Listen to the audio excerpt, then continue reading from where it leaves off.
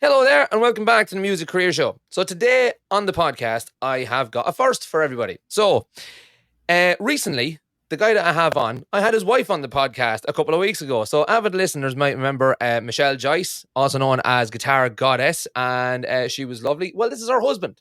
Um, he is a phenomenal guitar teacher, specializing in teaching beginners online through his YouTube channel. And for anybody that wants to get into teaching guitar online, this lad is definitely what you need to be, who you need to be watching, what you need to be aiming for, because his aesthetic, his everything is just mwah. For anybody listening on the podcast and not watching, I done that like French chef kiss thing. Mwah. Sorry. That was anyway. Without further ado, this is Cody Joyce, a.k.a. Groovy Guitar Dude. Cody, good morning. How are you? Good morning. I'm good. It's nice to meet you, man. Yeah, it's lovely to meet you too, and I'm delighted that you've decided that you agreed to come on. So, for the listener or the viewer who is maybe just meeting you for the first time, why don't you introduce yourself to them and tell them who you are and what you do? Yeah, for sure. My name is Cody, and I teach guitar primarily on YouTube for the past about 7 or 8 years. And I've posted about 1,000 kind of 5 to 15 minute guitar lessons for beginners out there on YouTube. And I recently started dabbling in TikTok and short form content and all that kind of stuff as well. So yeah, my general goal with teaching guitar on YouTube was to be able to give back to a community that gave a lot to me when I first started learning how to play. I'm completely self taught, and so when I first started teaching, I wanted to give back to that community, and I've very fortunately been able to turn it into a career. So Excellent stuff, and I can't wait to dive into all of that stuff. First of all, though, it would be remiss of me to not just very quickly ask who started YouTube first, you or Michelle?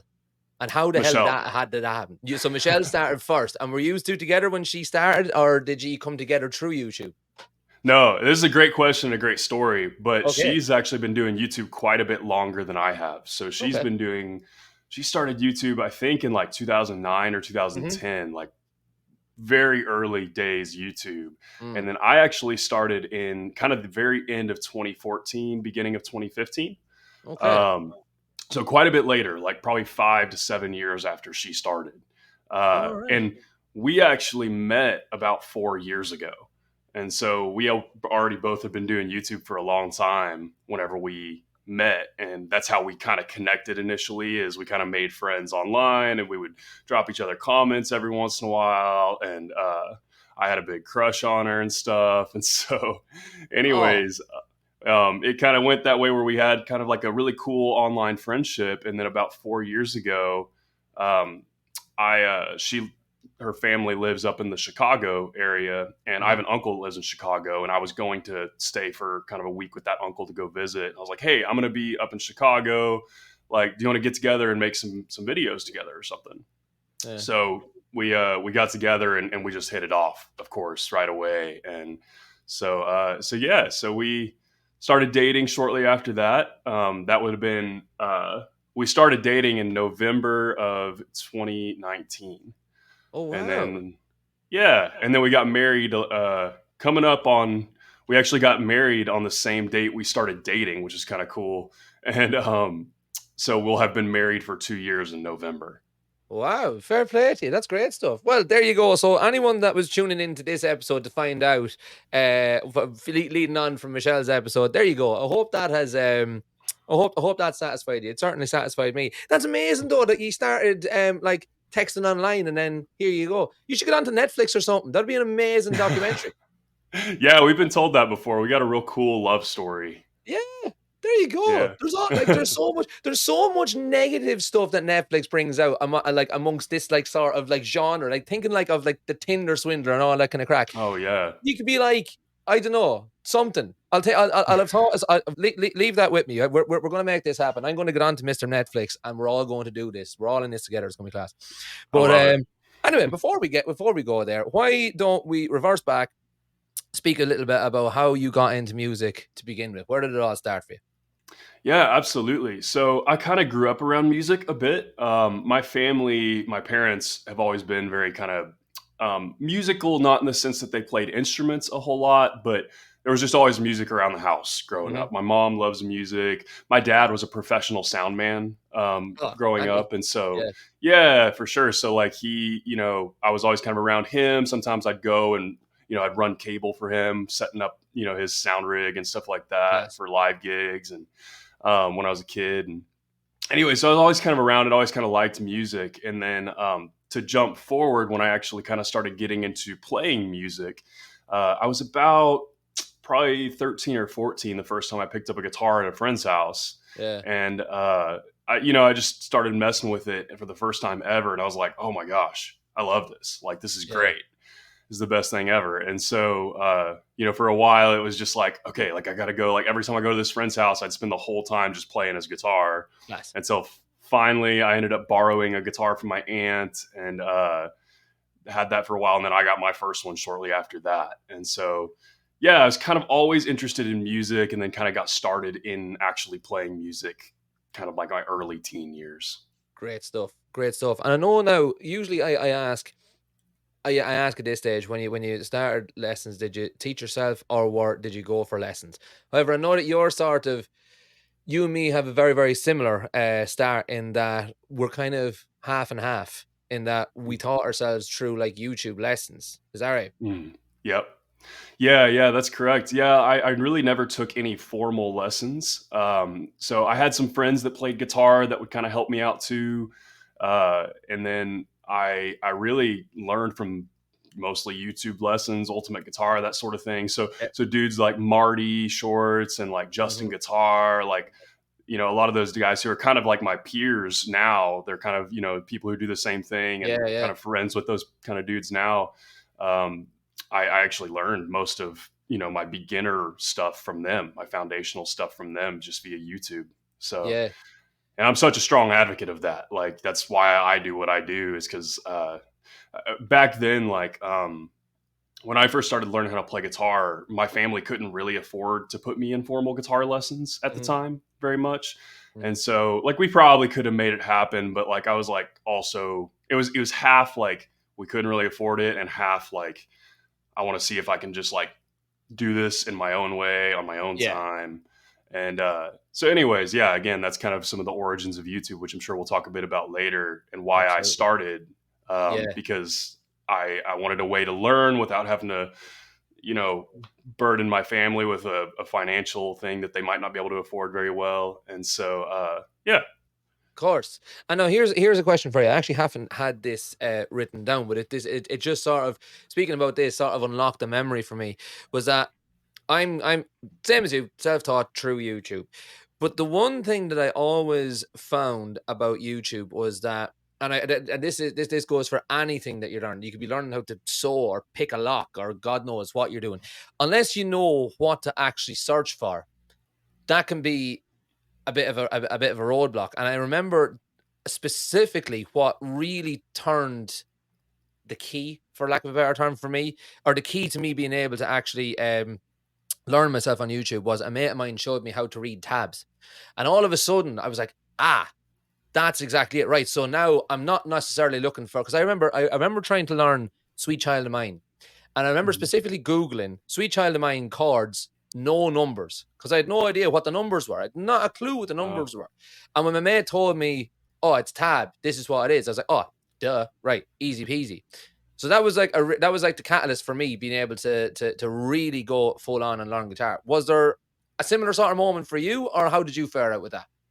Yeah, that's a really great point. And I would say I kind of had similar experiences, just like you Yeah. said, where, especially in the very early days of learning, where I was primarily learning on YouTube, but I would always, you know, if I had questions, I would ask my friends. If I got stuck on something that I felt like there was a gap in what I was able to learn on YouTube, Mm. or maybe I couldn't, like you said, maybe I couldn't figure out exactly what I needed to search to find what I was trying to Yeah. learn. Yeah. Or even at that time, like now, there's video on everything on YouTube, but even just that long ago, again, we're talking when I was first starting to learn, it would have been very early days of YouTube. Mm-hmm. I'm trying to think of the actual year, but I mean, it would have been when I was 13 or 14. So, I mean, 15, 17 years ago, something Yeah. like that. I'm not Yeah. doing the math well in my head, but anyways, No, same, um, same around the same time as me. yeah, Yeah. exactly. So YouTube was a bit more sparse than it is now. Hmm. And so anyways, yeah, like you said, like I definitely had friends that would help fill in the gaps. I very distinctly remember when I was first, everybody struggles with learning the F chord on guitar, Oh, right? Like stop. I still struggle with you it. yeah, you hit that first barrier of like, okay, things are already tricky, and then you hit that F chord and you're like, what the F is this, man? Yeah. And so like I remember asking I had two really close friends specifically that played, Matt and Parker, and I asked both of them. I was like, "Dude, what do I got to do to get this thing down?" And they're like, "Just keep Yeah. practicing, just keep practicing." They showed me a few things, and eventually I got it, of course. But yeah, I would say, like you said, having some friends that help fill in the gaps there made a big difference for me. But mostly YouTube. I would say like 85-90% YouTube and like Ultimate Guitar and some of that kind of stuff, and then 10% or so of like phone a friend kind of Yeah, thing. I love it. Yeah, no, I was I always love hearing people that had a very similar experience to me because and I always sound like such a an ancient old lad like when I speak like this, but like people don't people take for granted just how amazing and how like just how amazing things like YouTube are nowadays. Because back when we were learning, my process for learning was like I'd hear a new song. So I'd hear Crazy Nights by Kiss on like Kerrang. Did you have Kerrang? Or No, I don't think MTV, so. VH1, whatever the music channel was, right? So Yeah, right. you'd hear Crazy Nights by Kiss on the music channel. I'm like, oh, class, that's really, really cool. I'm gonna go and learn that. And I'll go and look it up on YouTube. And it would take like 10, 15 minutes for the 3-minute video of Crazy Nights by Kiss to actually load up so that you could hear it. So while that was working, you'd Yeah, go away and do something else. So I'd then go to Ultimate Guitar, try and find a tab that I could decipher well enough and print it off. And then while it was printing off, I'd learn the song. But then by the time the song had loaded up and then it printed off, I'd nearly gone off the idea because it had taken so long to uh to load up. So people nowadays, or even kids learning nowadays, it is so possible. It was possible back then to learn off YouTube. Like we're living testament to that, but it is right. so possible and so much more accessible nowadays to learn off YouTube. And I always, it blows my mind. I often feel that this must be how people in like their 80s and 90s feel about like when mobile phones came along. Oh And yeah, things along those lines, and Facebook and all. So yeah, I'm glad we're living yeah, through that. But yeah, anyway, yeah. Me too. I'm kind of going off on a bit of a tangent there now, being all reminiscent. But anyway, Yeah, no, it's a uh, good one though. I mean, and I totally agree with everything you said. I mean, I'm in the same boat as far as like looking back and being like, man, like even just in the time that since you and I started playing, it's come such a long way. oh yeah, And, now there's basically nothing you can't look up how to do on YouTube. And especially again in our world, like you can look up the most obscure song and somebody probably has some kind of lesson or video of them playing it, or you can find some crappy, phone video of the artist playing it so that you can yeah, watch their hands and try to watch what they're doing. I yeah, mean, it's so, oh man, there's just so many tools nowadays to learn if people want to learn, and yeah. it's free, Yeah, you've unlocked another memory there for me. Was that one thing I used to one thing I used to do while I was learning was I used to watch guitarists' hands. And I used to see exactly how they done things. So like I could Yeah. recognize pretty much any guitarist. That's a bold statement, but you know what I mean. I can recognize so many guitarists just by their hands and how to hold a plectrum and how to do like a power chord and stuff like that. I used to think that if you done a power chord with your first finger and your third finger, it was like the Uh-huh. beginner way of doing it. And because I saw Dave Mustaine from Megadeth doing it that way, and this was Oh like yeah. this was when I was like 13, 14. I was like, I didn't realize that. I was like, oh, Megadeth are the bad guys and Metallica are the good guys. It's like, oh, if Dave Mustaine does it that way, and then James Hetfield does it with his rock fingers. I was like, oh, Yeah. that is the way to do it. Do you know what I mean? There That's you go. awesome. There's just a little nugget of how my brain works. But yeah, yeah, I used to always watch everyone's hands, and I found that was such a helpful way to learn as well.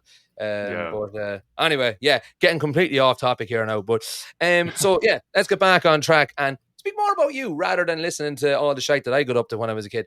Um, so yeah, you started learning guitar. You said your friends were helping you sort of a little bit along the way. You were getting places. Was music then always on the cards, or like were you going to grow up and get a real job? Oh no, that's a great question.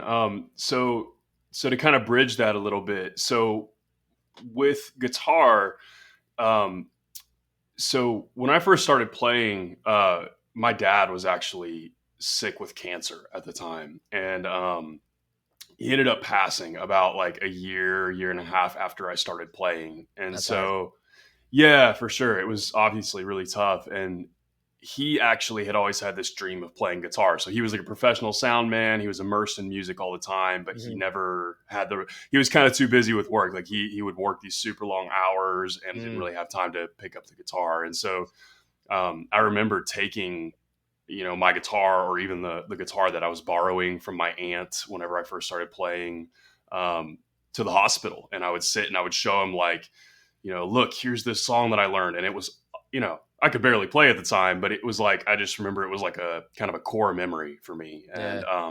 it was really like, to me, it meant something that he. Um, it meant something to me that he wanted to play, and he never really had the time or put the time into it.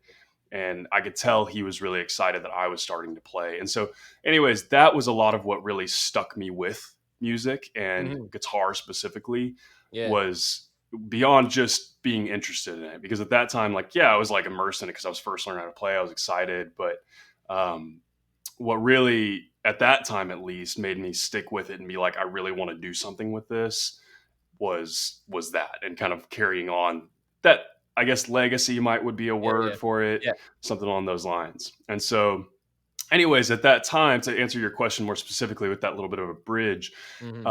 at that time, I didn't know I was going to be able to do anything with it career wise. I Yeah. would say I really didn't know I was going to be able to do something career wise with it until like uh gosh probably around like 2015 or so, when I started the YouTube channel. I Okay. kind of started having inklings of like, like, but I mean, at that time, like, I wasn't making any money or anything like that from Yeah. YouTube when I first started posting, but I was like, this could be something. Yeah. And so I always had, like, whenever I was going to college and towards the end of high school, I had this mind that I wanted to do like business. Like, I wanted to be an entrepreneur. Oh, And so, cool. like, yeah, start a business, do my own thing, all of that. And so whenever I kind of started that YouTube channel, that was kind of a way, like, I started initially just as a way to kind of give back to that same community. But once I started getting some traction with it, I was like, like, I could turn this into something. Like, this Yeah. could be, bigger than just me sitting down sharing whatever song I'm learning right now or whatever. Yeah. Yeah. And so, yeah, so I would say like, I always had aspirations of doing my own thing, and I think I always wished it could be music Yeah. related, but I didn't really realize that it actually could be music related without becoming a rock star until, like I said, maybe 2015, 2016, shortly after starting the YouTube channel. Yeah, you literally spoke out my day to day until I was about 27. That like Oh, literally I wanted to be a rock star when I grew up, and that was it. I didn't want to be anything else. And because that was I always bring up this point on the podcast, is that like when you're a kid and you're into cars, what do you want to be when you grow up? Well, you want to drive cars, you want to be a mechanic. Do you know what I mean? If you're hmm, into animals, you might want to be a vet. It's a natural progression. For musicians, if you're into music as a kid, your sort of natural progression is rock star or music teacher. There wasn't yep, really, when we were growing up, like in the 90s, there just wasn't really anything else. Whereas nowadays, I always laugh because I'm always like, part of my job is me sitting in my fancy little shed talking to people on the computer about music, hmm, and that is genuinely part of my job, and that is a legitimate way of earning money nowadays. Whereas 10 yeah, years ago, if I told that to anyone, they'd be like, "No, stop it, shut up, don't be such an idiot." Do you know what I mean? yeah. So what were you doing up until then? Basically, what did you do up until 2015 when you realized that you could have something here? This is an avenue that is up until now sort of unexplored by others mainly. Yeah. Yeah, for sure. Like, and just to backtrack for a second, like, I totally agree with you. I mean, I still, to this day, I mean, I still have to explain to people what Michelle and I do, Yeah. and like how we actually can make a living from it and all of that kind of stuff. So I mean, nowadays, of course, like our generation and people that kind of, like I've got a brother and sister who are in their early 20s, like their generation, they get it. Yeah, yeah, But almost anybody beyond our generation, they just have a hard time wrapping their head around how something like that could actually work and yeah, be a job, be a real living.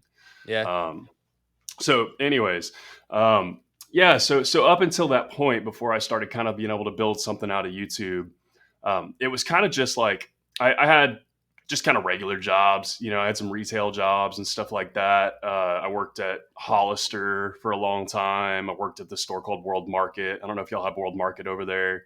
Um, it's kind of like it's really cool. It's kind of like this international store that has like um, they kind of have a little bit of everything, but it's like a retail store. They've got like international foods. They've got like furniture that's from different places around the world. And I think I've been in it when I've been over in the States. I think I've been in one. oh yeah, Yeah, they're really cool. yeah. Yeah, It sounds familiar. Yeah.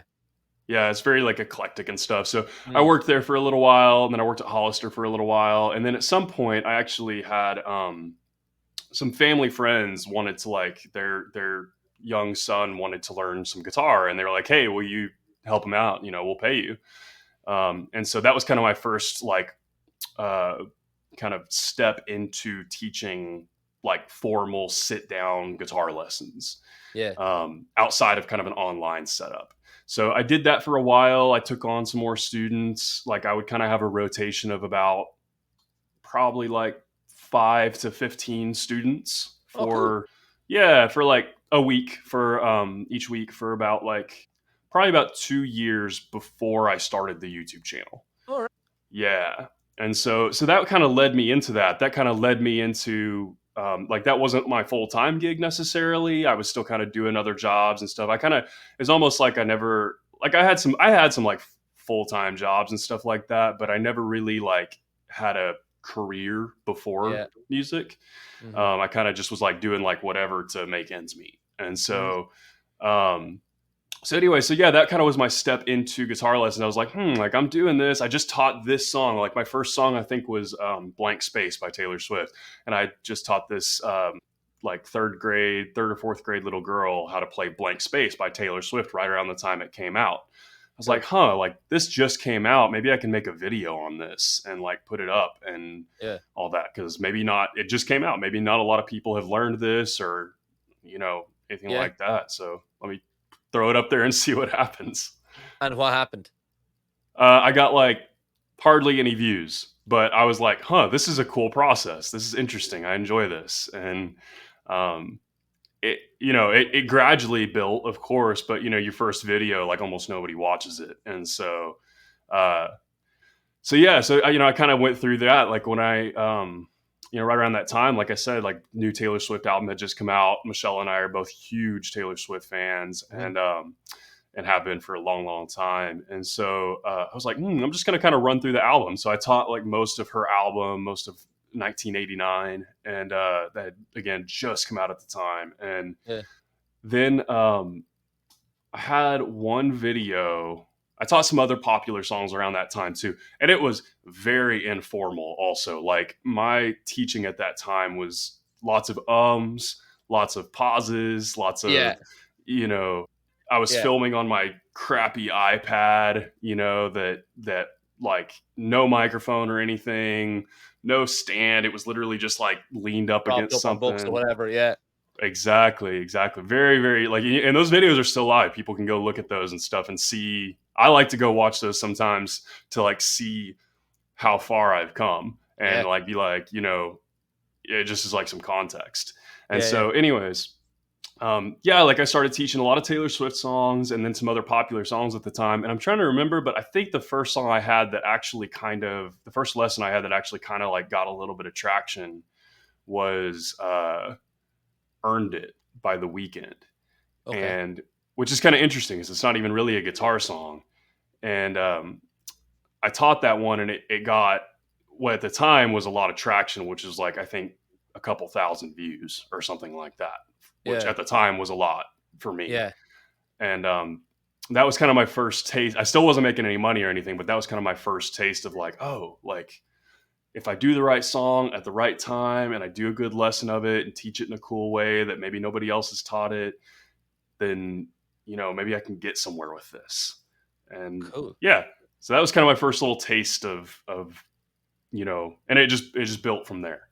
Brilliant. It's good. I do always love hearing those stories that like people that have huge followings like you and Michelle, that he did start on just whatever you had available, and you went into it without any real, because you guys were some of the first to do it, like basically that there was no real intentions of making this a career. This was just like, I'll stick that up there. That's good. Yep. Yay. Do you know what I mean? I love that. And it gives people like me hope. Because nowadays, people that are starting, right? As soon as you start Hmm. thinking about starting a YouTube channel, you're going to get served ads on social media. Oh, 10 steps to getting 1 million followers on YouTube by 5 o'clock. Do you know what I mean? All this Hmm. kind of other stuff.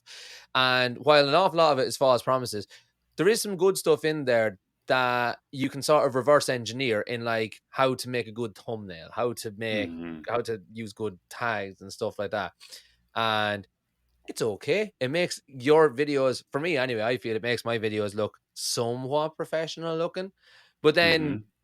you go and look at someone like you who's been doing it for so long, and sometimes your thumbnails look just really simple, and you're getting tens of thousands of views, and it just goes to show that it's one of these things that you do have to build it up. I kind of know where you're getting at. Like, nowadays it's so established that YouTube, if people are pursuing it, there's a really good chance they're pursuing it for the sake of trying to turn it into a job or trying to turn it into income. And so people take it very seriously, Yeah. and they'll, look at those sorts of videos that you're talking about. They'll watch those sort of videos and say, oh, I got to spend all this money on like a nice camera, a nice microphone right out of the gate and stuff like that. A nice Yeah. laptop that I can edit on. But back then, and I hopefully still now people do this sort of thing. I think I've seen some people that do this sort of thing, but like back then, it was like you just started with what you had, Yeah. and I think there's something to that. I think starting anytime I get obviously like of course like Michelle and I get questions all the time of people interested in doing stuff kind of like what we do or Hmm. trying to build a YouTube channel essentially. And they always ask, and they're always like, "Oh, what kind of gear do I need to get? What kind of gear do I get?" And I'm like, "Dude, just start with your phone. Just start there and see where it goes, and maybe get a cheap microphone, off Amazon or Hmm. whatever." And like when I first started, I only put into my gear what I was making from YouTube. So I didn't spend Okay. any money on gear until I had made that money from YouTube. Okay. Um, yeah. And So what so was the first thing then that you invested in? So the point that I have here that I wanted to ask you was, I was going to ask you to try and like lay out like a kind of a 3 stage kind of progression of like starting from day one. You have a phone, that's all you need. Grand. What is yes. sort of stage two then? Stage two can be like, right, let's start investing in this. Let's start investing in the video quality and the audio quality and the overall improvement of what it is that you're putting out. So, what is the next stage? What is the first thing that you invested A microphone. in? Um, Okay. yeah, like I always tell people, especially nowadays, again, if you're shooting on your phone, like most people's phones are wonderful video quality Hmm. nowadays.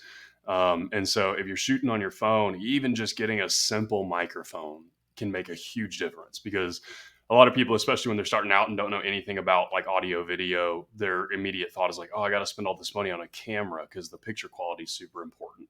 Well, especially if you're shooting on your phone, most phones shoot wonderful video quality, Hmm. but have really mediocre audio. And Yeah. you can almost fake good video by having really good audio. Mm. And so, yeah, so like I said, yeah, like you were referencing to like step two, first thing you put a little bit of money into is improving your audio. Even if that's buying a $50 microphone off of Amazon, they have knockoff, like, the microphone I'm using right now, I think is like around a $300 microphone. I'm sure the mic you're using is a fairly nice one as well with Yep. audio interface, etc. But you don't got to start there. Like, you can there's a knockoff of the microphone that I'm using that's real Yeah. similar and 90% as good for $50 on Amazon, if that, maybe even less than that. So I Yeah. always kind of push people in that direction of like start with the audio, and build from there, because it'll make a bigger difference in proportion. Yeah. The dollars you spend to go further. Yeah, 100%. I couldn't agree with you more. You've actually hit the nail on the head there. Was that you can almost fake the good video.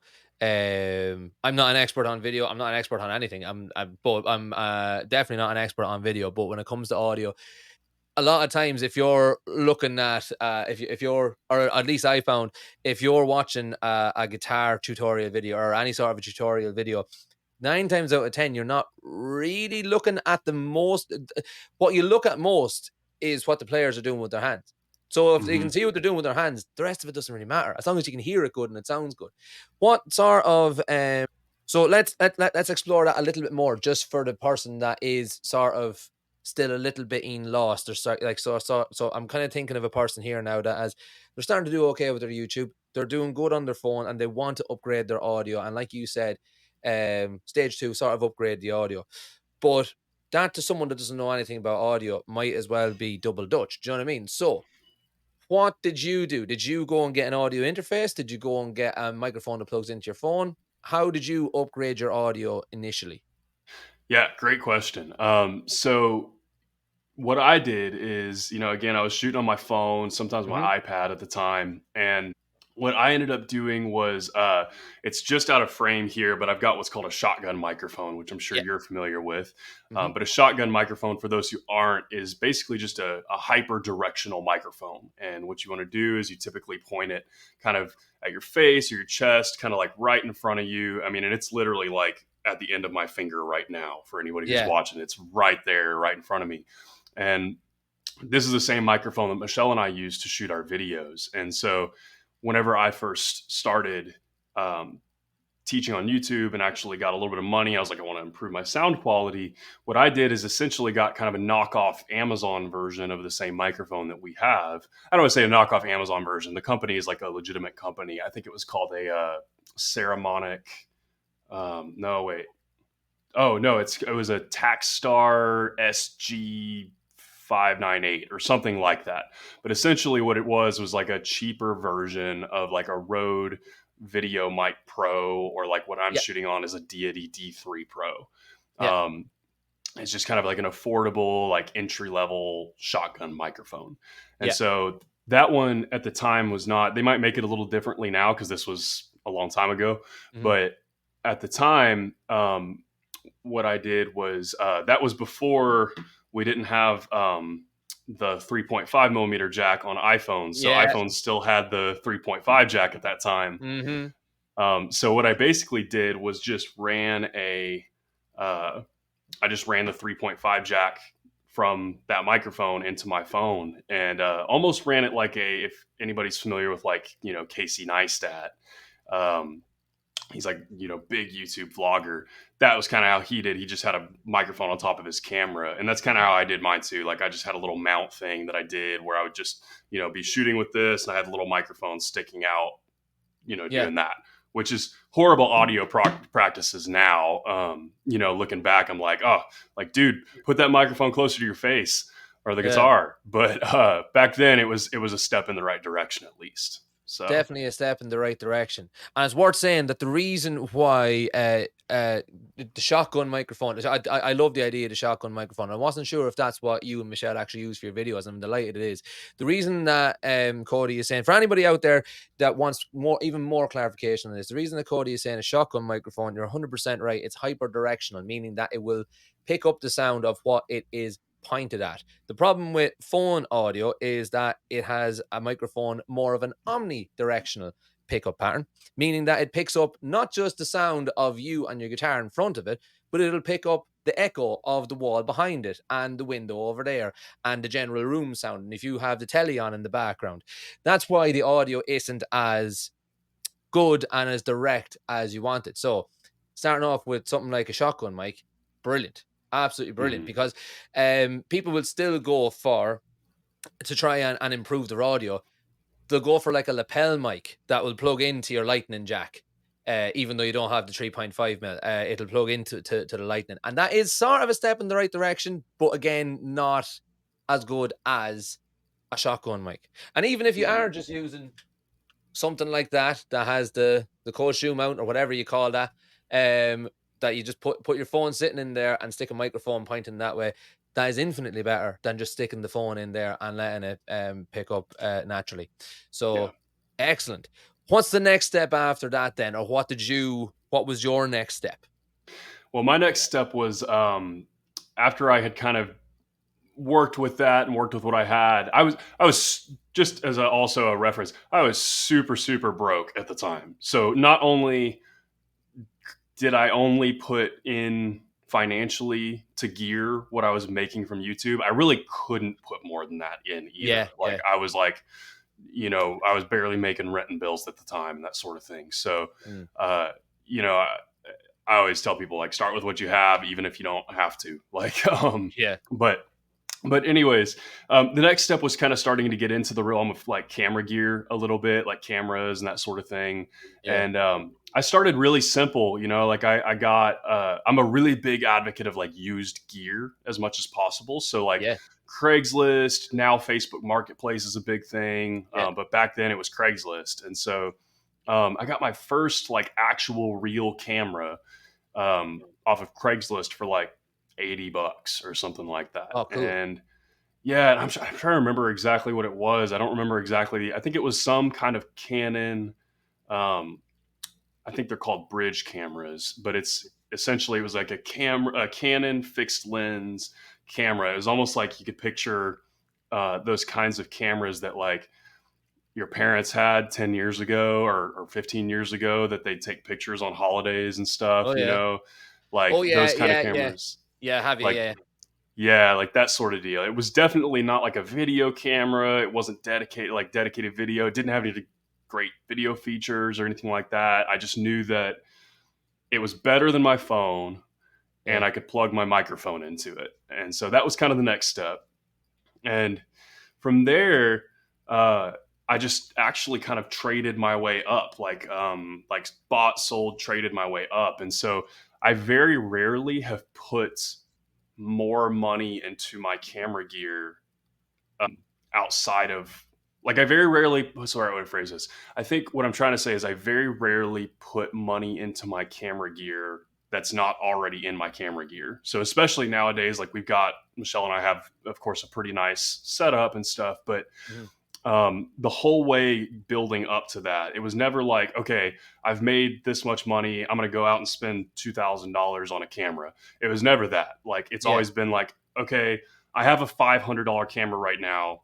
If I sell this, then I can maybe take that $500 from the camera and then put another $100 that I just made from YouTube into it and get a $600 camera, Yeah. you know, Yeah. and kind of like incrementally over years build up in that way. Yeah. Um, Still kind of same thing, like only putting in the money that I was making from the work I was doing on YouTube. Yeah. Um, and so yeah, so anyway, so it's very incremental like that. I jumped from camera to camera, mostly very like affordable cameras and stuff like that for the first, until I would say I got my first like kind of nice-ish camera um, in like 2017. 2017 Okay. was when I first started getting kind of like into like slightly mid-range camera gear. Before that, it Yeah. was all like sub $500 cameras, and same thing like with microphones too. Like I used all the microphones I used until probably 2018 or 2019, probably 2018.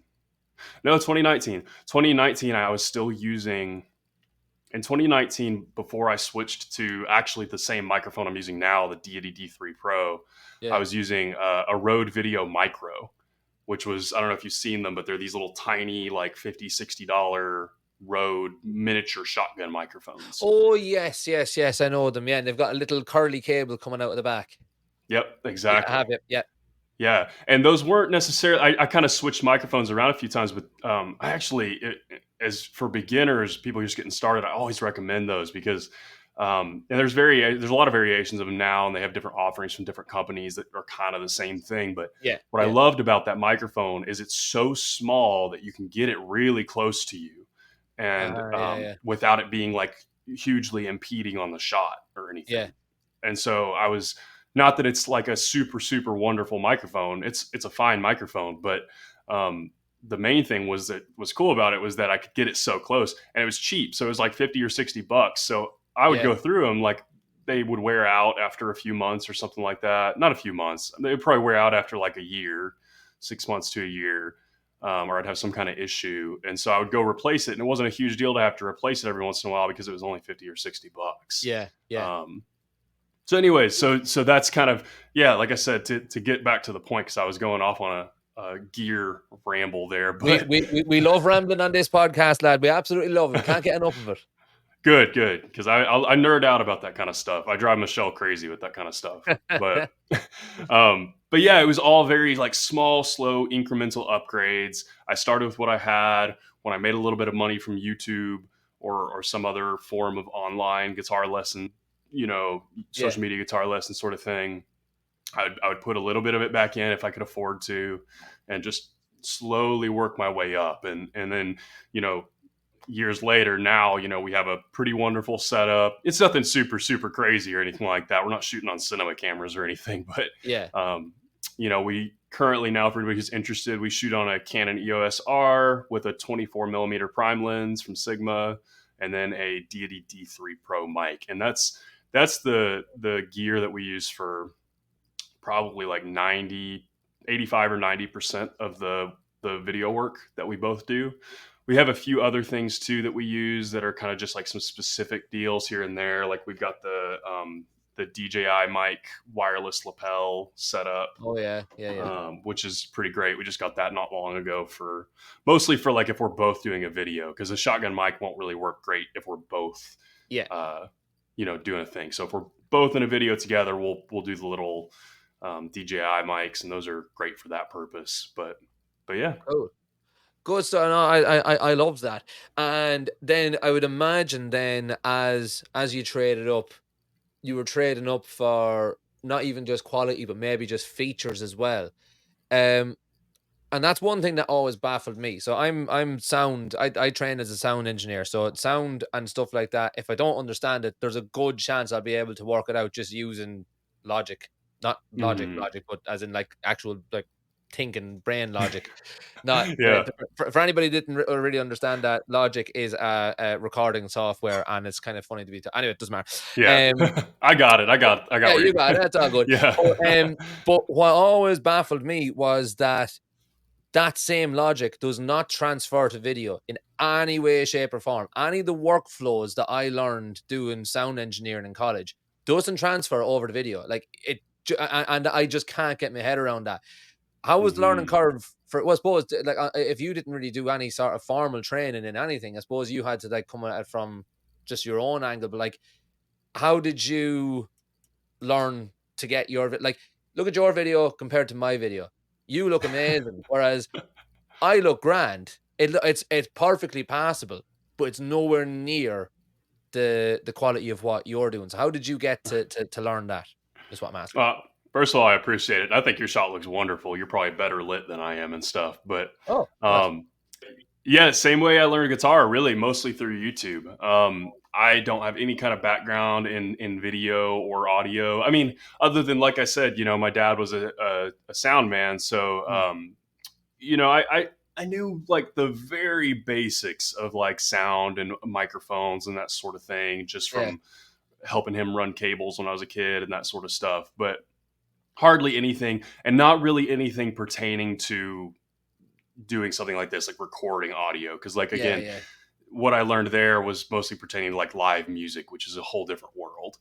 And Yeah. so yeah, I mean, really, I just learned about it through YouTube. I mean, nowadays it's like dudes like Peter McKinnon and like, all these people who teach cameras and teach video and audio and all that kind of stuff.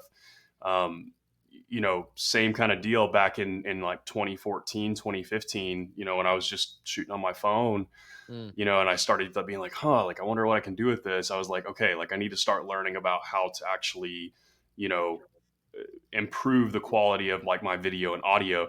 And I think what a lot of people miss too is that a lot of that doesn't really depend as much on the gear. It's really actually learning how to do the video and audio, same way it mm, is with music and guitar. right? Like you can have a $3,000 Gibson or whatever, but if you don't Yeah. know how to play it, it's not, you're not going to make that $3,000 Gibson sound good. Whereas somebody Yeah. who knows how to play it can make $100 whatever sound good, you Yeah. know?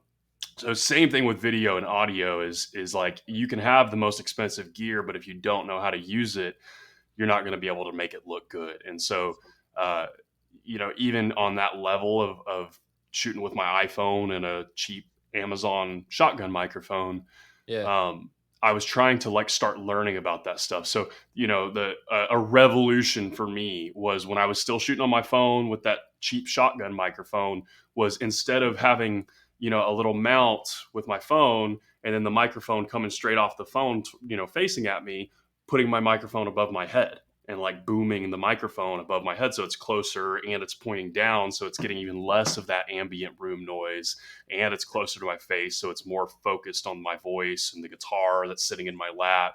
Like that to me, when I learned that, I was like, oh, like duh, that makes sense. But it was a pretty dramatic leap in Yeah. it was a free dramatic leap in quality for my videos. Yeah. Whenever I learned that, and there's all kinds of little nuances of both audio and video in relation to shooting video for the purpose of YouTube, Yeah. or content creation in general, that you know all these things that are essentially free Hmm. dramatic jumps in quality if you just take some time to kind of learn. And Yeah. again, it's as simple as just doing some looking around on YouTube. There you go, everybody. Knowledge is power. Literally, I'm sitting here listening to all this sort of stuff, and I'm just thinking of like how much time I myself and how and millions of others have probably not necessarily wasted, but misused. We'll say looking into improving things that don't necessarily need to be improved. Like, oh, my audio doesn't sound great. I must need a 10 grand microphone. That's the only way it can sound good. No, learn to use the 50 quid mic that you have. Oh, I must need an unbelievable camera so that I can look as good as Cody as Cody does on camera. No, not necessarily. Go and have a look and maybe see what those little hidden settings on your iPhone camera do Yeah, and start from there. As absolutely. I said, I'm just as guilty. I have been down every single rabbit hole for everything when it comes to everything because I overthink everything. And whenever I start something new, I always look into how I can get the best results as quick as possible. Not necessarily wanting to take a shortcut, but like you know what I mean. But it's Yeah. good to know that it is literally, like I said, knowledge is power. Knowledge is absolutely everything. So let's speak about the actual nuts and bolts of your career and how you have made YouTube a living. So, like we've said, trying to explain this lifestyle to others that aren't in the know, bit of a nightmare. How can you make money from just sticking videos of yourself up online? So, for those for the person that's after listening to us to go through in depth how to make our videos better or how to make their videos better, how do they then go about actually making a return to put into those little incremental improvements? Yeah, absolutely. So the biggest thing I kind of tell people is, with YouTube especially, and nowadays I think with any of the platforms, it's really important to have diversified income and multiple streams of income, because Hmm.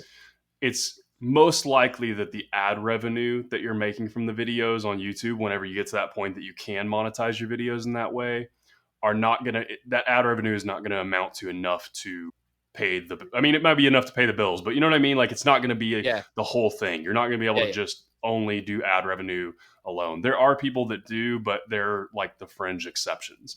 yeah, Um, and so a lot of people kind of go into YouTube thinking like, oh, I'm gonna make all this money with ad revenue. I'm never gonna have to work again. I'm just gonna be able to like do this and that. It's not like that. The yeah, ad revenue sometimes, if it depends. There's all kinds of variables, but it's most likely that you will not be making as much as you want from ad revenue, to you know do what you want to do, or have a good living. It's kind of just yeah, a piece of the pie. And so, again, the main thing is multiple streams of income if you can find it and work on that. And you build it out essentially like a business, right? You hmm, you become the business, right? yeah, So, For me, of course, ad revenue was an element, especially early on. I really only had the ad revenue coming in. So it was Yeah. just those, little ad revenue checks when they would come through and stuff initially. And then it became like $100 a month, $200 a month, or something like that here and there as it started to grow. And the other thing about the ad revenue too that I like to tell people that don't really know about that stuff is that it ebbs and flows, right? So there are times where it's really like making a lot, and there are times where it dips down, and there's not a whole lot of rhyme or reason to it. Of course, that has a correlation to the kind of views you're getting on your content and that sort of stuff, but there are also times where you can be getting the same views that you usually would get, and then it'll take a dip. The ad revenue will Yeah. take a dip, and there are also times where you'll be getting the same views and it for some reason will just go up. Yeah. And so, anyways, ad revenue is great, but it's not the whole picture. And Hmm. so, when I first got started and I actually first started being able to, I guess, kind of when I first went like full time with YouTube was in 2018. And the way I was able to actually do that was around that time I started my online guitar shop that I had, basically just like accessories and just some various little things that I would sell uh, drop shipping on my website. Hmm. And it was kind of just a deal that I promoted through my YouTube channel. I ran a promotion where I did um, essentially like a free capo, so people could go there and they get a free capo, and all you had to do was pay shipping for it. And I didn't make any money on it or anything like that, but it was a way to get people to come to my website and buy the things that I actually did make money on. And so kind of drove traffic to my website, and then the money that I was able to make from the other things that I was selling, I was actually able to kind of not significantly increase my income, but increase it enough between that and the YouTube ad revenue to actually be like, okay, I can actually do this. Like, this is going to be my job. I can actually make a career out of this. And so that was kind of my first, at that point when I did that, and all that, and that was again around kind of the middle of 2018, Yeah. was when I was like, okay, I can actually like get by just doing this. If I do it right, if I make a lot of good videos, if I promote this website and all of that, I can do that. And so that, and then I started getting my first little round of like sponsorships in like the very end of 2018, Yeah. brand sponsorships. And so between those kind of three main things, that was when I was like actually just starting to be able to pay the bills with YouTube. Um, Great stuff. yeah, and it wasn't any kind of big money or anything like that. It was like that's you know one bedroom apartment and paying the bills and eating cheaply and all of that. But to me, it was like I was able to do something that I loved. So I was like, I don't care if I have to live on the cheap. I don't care if I'm not driving some fancy car or Yeah. buying my dream guitars or whatever. As long as I can pay the bills doing something I care about and love, that's all that matters to me. That's all that matters. So, Excellent. yeah, Excellent stuff. yeah. I had a talking point about the free capo. I wondered what Oh, the yeah. story was with the free capo. I wondered if it was just a plot, like uh, instead of running lead generation campaigns, do I just give away a free capo that people pay for the shipping and it doesn't cost me anything and I get them on the email list? But yeah, very Yeah, good. I like that. yeah, that's about it. And that actually, I'm it's still active right now, but I'm actually not really promoting it anymore because, Yeah. uh, long story short, whenever COVID hit, my like the distribution and all of that kind of stuff got just completely screwed for all of that, and the Mm, shipping times were outrageous, and yeah. lots of lost orders, and really just it kind of all fell apart, and it kind of came back together and stuff, and so it's fine. I've still got it active, but I don't really promote it anymore so much. And like I said, it's kind of I mentioned this a little bit earlier, but it's kind of my whole website is about to be an overhaul, and that's on its way out and stuff. So it was a cool thing, and I think I got to help a lot of people with that, Yeah. and that sort of thing, because that's one of those things that, like, whenever guitarists are first starting out, like, if they don't have the right tools, which capo is the right, it's a tool that you kind of got to have, especially when you're first starting out. Hmm. Um, you know, people need that sort of thing and stuff. So that was a way for them to have a really, really cheap option of getting one, and then again be able to drive some traffic to my website to help me be Absolutely. able to make ends meet. Absolutely. What about things along the lines of like Patreons, online courses? Have you ever dabbled in any of that stuff? So not, I've kind of tried like Patreon and some various different subscription platforms like that, and I really have just never been able to make it work for myself. I want to actually. Michelle and I are talking about, we have some ideas of some stuff we want to do in that direction as a collaborative thing. So she Yeah, has her own Patreon that she's been doing for a long time, but we have kind of some ideas that we're trying to flesh out of us doing kind of a Patreon together. And I, like I said, there are still ideas being fleshed out. So I won't say too much more because we don't really know the direction we're going to go with it just of yet. course. But I have never like I've tried it a little bit, and I've just never really been able to find my what I wanted to do with Patreon and build the platform there. Yeah, I've done it a little bit, but it just never really took off in the way that I hoped it would, and became where it was like diminishing returns for the amount of time I was putting into it. yeah, of Um, course. yeah, and so and then in the form of a course, like an online course, that's actually something I'm kind of in the process of working on now. Oh, good stuff. So yeah, so I've kind of it's kind of funny. I've been actually working on this for a while, and I keep just kind of scrapping my whole plan for it because I'm like, I want it to be a little different than what is available out there. I want it to be like my spin on a beginner guitar course, essentially, and Yeah, like my um, kind of my take on what I feel like is helpful, and also what I feel like is going to help people get going the yeah, quickest. of course. Yeah, Um, and so, anyways, I've had several different iterations of that, and I keep all of my notes in a like a physical notebook. I handwrite everything out like that, and I yeah. just keep like ripping out pages and throwing them away because I'm like, I don't like that. And You'll get so there. You'll get yeah, there. yeah. So That's good. yeah, Yeah, it's good to know that you have that in the works, or at least you have an idea of having it in the works, or you want to have it in the works, or it's there somewhere. It's there somewhere. So I'm sure we'll have to keep an eye out for that when you do finally get around to it. yeah. So, what's next for you then? What like obviously you're saying yourself and Michelle are thinking of like the collaborative Patreon. We also have to sort this thing out with Netflix. Yeah, But other than that, what's the next steps for Cody Joyce? man. Like the main things we're trying to focus on right now are, first of all, I'm trying to just get back to posting a lot more content again. I went through Mhm. about the past, I guess like roughly the past year or two. Not so much this year, but really like 2021 and 2022. I kind of slowed down production a good bit, and so I was in 20 from like 2018 to 2019. I was posting a new guitar lesson on YouTube every single day, literally every Oh day, wow, full length guitar lesson every day. Um, Jesus, yeah, with a few little, I'd take a day off here and there, but like every day. Um, and so I don't necessarily want to get back to that, mm, but I have been working throughout this year to get back to a much more consistent posting schedule.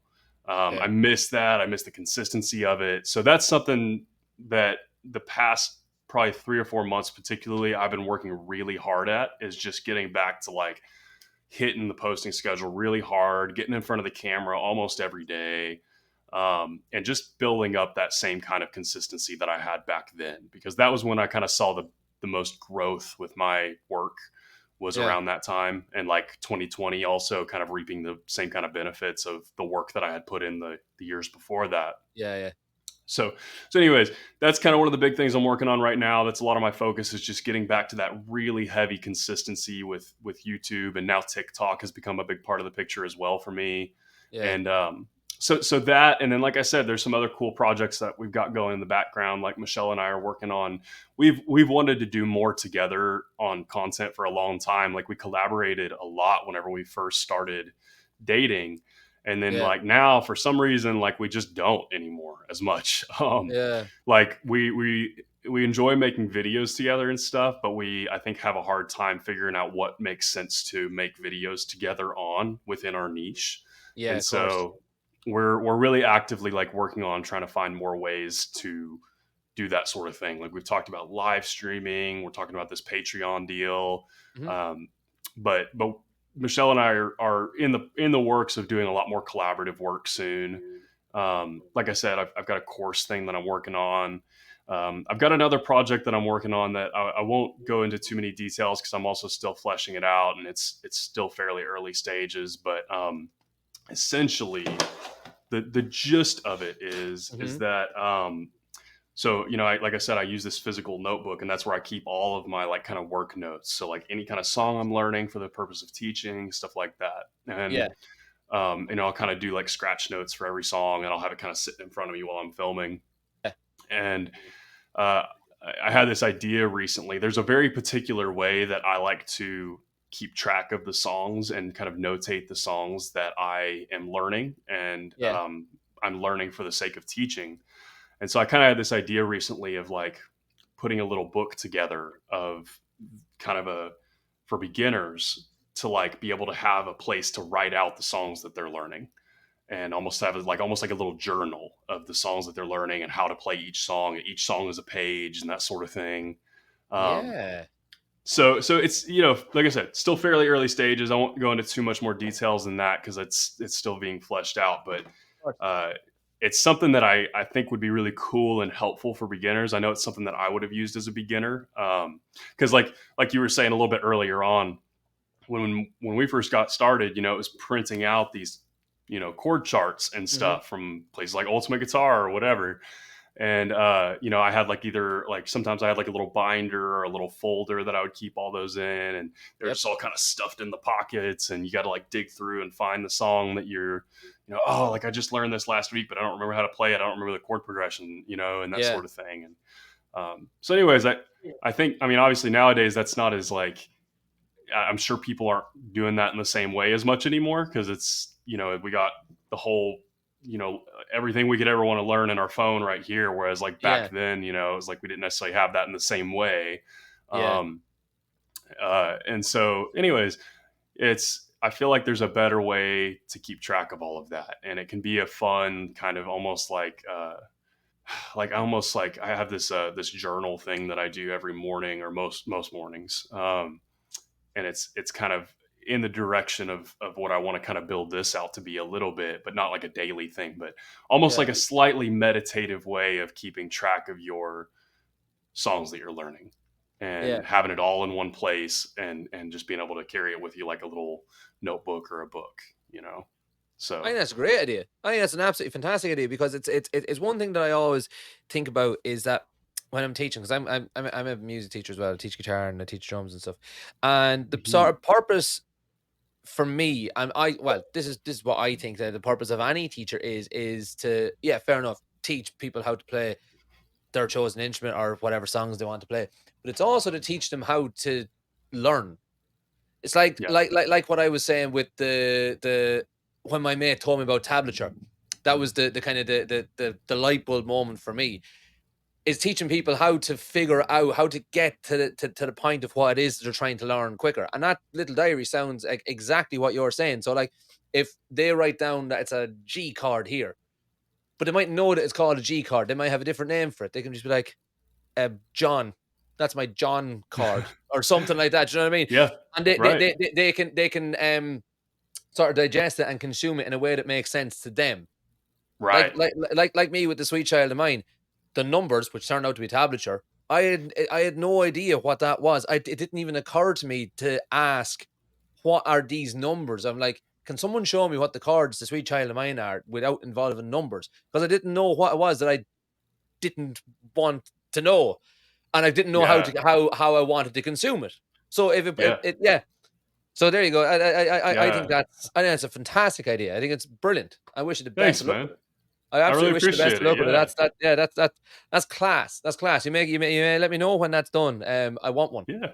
Yeah, absolutely, man, for sure. And to your point as well, like Michelle is really, really good about teaching, um, like teaching people about uh, how to learn. Like she's Yeah. so good at that sort of thing. That's something that she really excels at, is like really teaching people how to learn. And she has her beginner course, and there's a lot of that in there. And some Yeah. of the Yeah. videos she does, like this, she's doing this series right now called Don't Fret Friday. Yeah. And a lot of it is that, like teaching people how to learn good practices, good techniques for practicing, good like habits and stuff like Yeah. that relating to practice.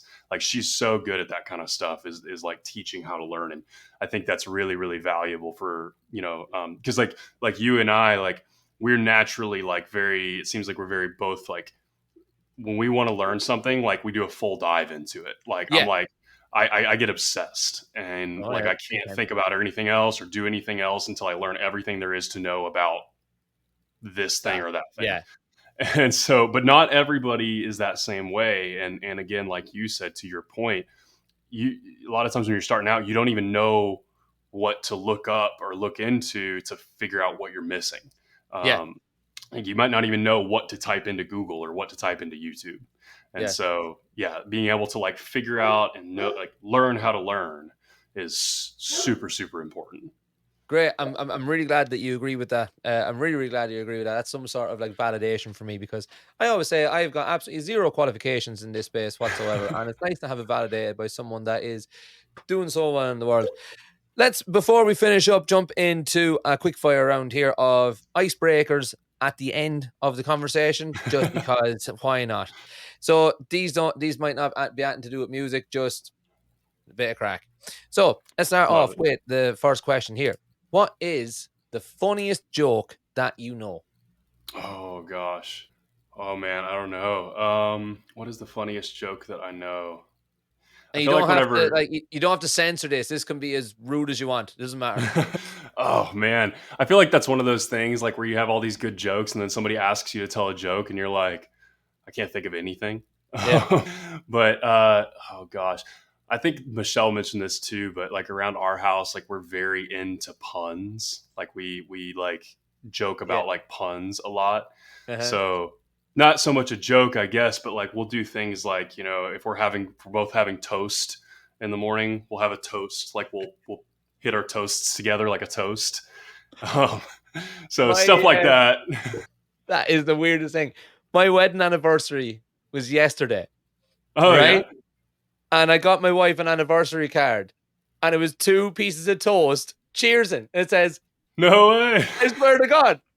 Oh, Imagine dude, that's that. great. Imagine Wow, man. How I'm de- serendipitous. that is. I'm going to change the name of the podcast to something to do with a toast and cheers or something, because that's two. Oh, that's class. Brilliant. Oh, Yeah, I I love love it, that. man. I love it. Love it. Congratulations Love on it. your anniversary as Oh, well. well, thank you very much. Thank you very much. It was 4 years ago yesterday, which is mad to think it was 4 years. Oh, And you know wow. what I was only thinking on that point, nothing to do with that, is that it was literally 6 months before the whole world closed down, and we had our first anniversary like in lockdown, like in secret that no one was Whoa. meant to know about, and all this kind of crack. And it's so weird to think that all of that has happened Wow. since we got married. Is mad. Like, Michelle and I were about the same, pretty similar, except for slightly different timeline. But like, yeah, we started dating about 3 months before, 4 months before yeah, COVID. And yeah, fortunately, at the time, we already were kind of living together. Like we had started traveling together. This is a whole story in itself, but we were traveling a lot. Like we were traveling to different places around the U.S. month yeah, to month, and we'd go and rent an Airbnb for a month and stay there and film there and stuff like that, and kind of go to these cool places for a little bit. And of course, COVID hit, and that all had to come to a stop. Um, but we were kind of already living together at that point in that way of just like basically kind of perpetually traveling together. And then uh, whenever COVID, you know, kind of took swing, we ended up settling down where we live now, mm, on the coast of Texas. And anyways, but yeah, really, really interesting time to be kind of like dating or getting married and stuff like that, because yeah, uh, it was very, very strange. And I mean, it worked out. I mean, it sounds like it worked out great for you guys, worked out great for us as well. yeah. Um, but yeah, it was definitely a bizarre time to be in early stages of a relationship. So weird, because like we went on honeymoon to Singapore Bali and Hong Kong, which is like the Oh total wow. it's probably the opposite end of the world for you as well, but really the total opposite end of the world for us. And that was in like kind of mid-October. So we came Hmm. back like late October, and where I was working at the time was like you guys call it a kindergarten, we call it a preschool or a nursery, where I was working with little kids. Before I Hmm. was this was in a previous life, but I was working there. One of the kids had went to like Australia on holidays or something like that, and was coming back and got detained in Hong Kong for like Oh, 2 weeks. About a week after I came back, got detained in Hong Kong because there was no name on it at this stage. There was like no one knew what was wrong. There was just there was right. people sick, or I can't remember the situation. But it was so yeah, it was just Wow. yeah. Oh, that's We wild, yeah. man. We could have a whole other podcast episode about what we did over this and how it all came about. But yeah, that I'd totally forgotten that had even happened. That yeah, he was two Yeah. weeks detained in a hotel room because someone was sick and they couldn't or I couldn't remember. I can't remember. But yeah, Oh, that's that's wild to scary, man. think. It's yeah, I know. And in fairness, look, I do think that the world has benefited from coming out of the pandemic. Obviously, the pandemic was shite for everybody; it was terrible. But there Yeah. are so many silver linings to be taken from it that it wasn't. It was terrible. It was the worst thing that I think most people will have gone through and will hopefully ever go through. But there are plenty of silver linings, I think, to be taken from it. This being one of them. Yeah. I never would have went into teaching if it wasn't, or teaching by myself if it wasn't for the pandemic, and I never would be here talking to you because of the pandemic. But anyway, Wow. That's that's a cool. whole other that's a whole other conversation for a whole other day.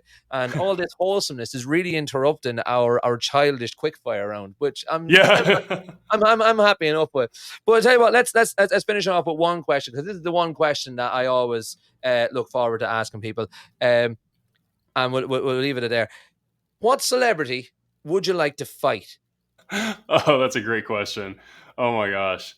Um, well, I'm kind of a lover, not a fighter. I try to keep it pretty peaceful as much as I can. Uh-huh.